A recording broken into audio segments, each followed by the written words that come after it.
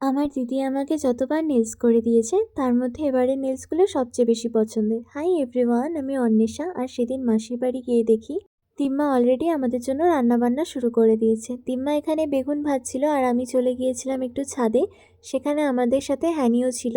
যেহেতু এখন শীতকাল তাই মাঝে সাঝে ওকে একটু রোদের মধ্যে বের করতে হয়, তাই সেদিনও বের করা হয়েছিল। এরপরে আমি একটু দই খেয়ে নিই আর তারপরে বেরিয়ে পড়ি চারপাশের পরিবেশটা ঘুরে ফিরে দেখার জন্য। এরই মধ্যে দিদা আমাদের দুপুরের খাবারও দিয়ে দেয়। এখানে ছিল ভাত, বেগুন ভাজা, আলুকপির তরকারি আর দই। খাবার শেষ করে মাসির কাছে আইব্রোটা সেট করে নিয়ে দিদির কাছে নেলস করতে বসে পড়েছিলাম।